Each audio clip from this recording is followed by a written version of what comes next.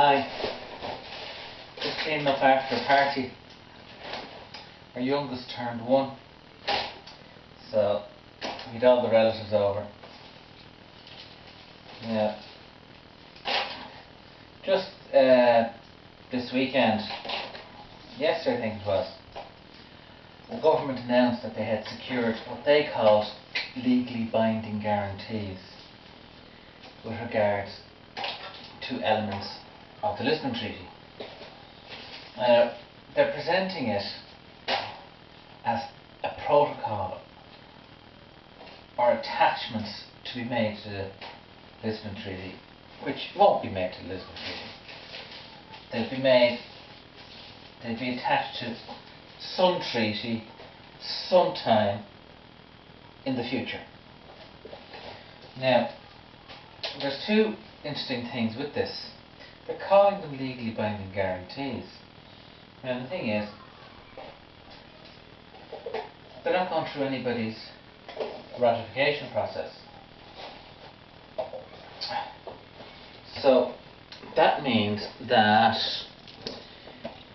if the European Court of Justice were to find that the Lisbon Treaty says something opposite to what these politicians say it means, then what the politicians say it means is irrelevant. The European Court of Justice decides what European law actually means. Like, this is basically a statement saying, well, what the European law actually means, if you ratify it, is this. Well, it's not their job, it's the court's job. It would be like the heads of the political parties in Ireland saying that such and such an article of the Constitution means something, and the Supreme Court says, well, actually no, it means this other thing. Well, who's going to win out? The court's going to win out, of course. Now, the other interesting thing about it is that it's effectively a promise to bring in a protocol to a future treaty. Now, who does that promise bind? Now, in elections, we're given manifestos. The parties say, if you elect us, we will do X, Y, and Z. After the elections, when they do all their maths, what do? They don't do X, Y, and Z. They usually do C, F, G, and H. Whatever suits their purposes in government. That's one thing. Since when did a politician's promise become a legally binding guarantee? You know, it doesn't make much sense. One other thing. It's a politician's promise. Which politician? The politicians that are in charge now. Well, will Brian Cowan be Taoiseach by the time the next treaty comes around for consultation? Will Gordon Brown be in power? Will Nicolas Sarkozy win the French presidency? Etc, etc, etc, etc. So chances are maybe half, if not more, of the politicians making a promise to do something won't be in charge of their governments anymore when the time comes.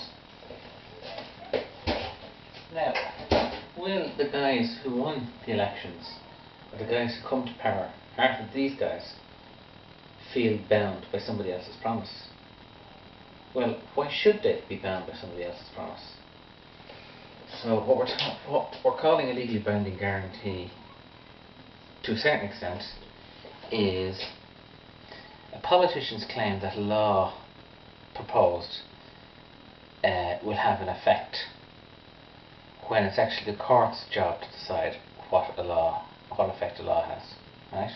So their statement cannot overrule the court. And in fact, that's the interesting thing about it. They say their document is in conformity with the Lisbon Treaty. Therefore, they are using the Lisbon Treaty to limit the effects of their words, as opposed to trying to use their words to limit the effect of the Lisbon Treaty. You follow? Say, oh, what we say here is completely in conformity with the Lisbon Treaty. So when the judges come along and say, well, no, you said what you were saying there was in conformity with the Lisbon Treaty. And the Lisbon Treaty is saying what we say, what we have found it says. Therefore, these aspects of your agreement or statement are not true or do not have effect because they are subject to the Lisbon Treaty. Okay? So, at the beginning of their statement, they're saying the Lisbon Treaty has overall control. Okay? So effectively they're saying anything we say after this is only true if the Lisbon Treaty says so. Okay? So, number one, it's limited by the text of the Lisbon Treaty. That's number one. Number two, it's not a law because all it is an agreement amongst politicians, including an agreement to bring in a law sometime in the future. Okay? Now, politicians are known to break promises. Shock, horror, amazement. Politicians do not usually feel bound by a promise some other politician made. Okay? And well, why should they be? You know, if I didn't say I was going to do it, there's no reason why I should do it. You know? Unless of course I agree with it, but that's a different story. But like, you know, it's not my promise. Somebody else's promise. He's not in charge anymore. So, I'm not doing it. I don't think the people of Ireland are that stupid. And, well, we'll find out.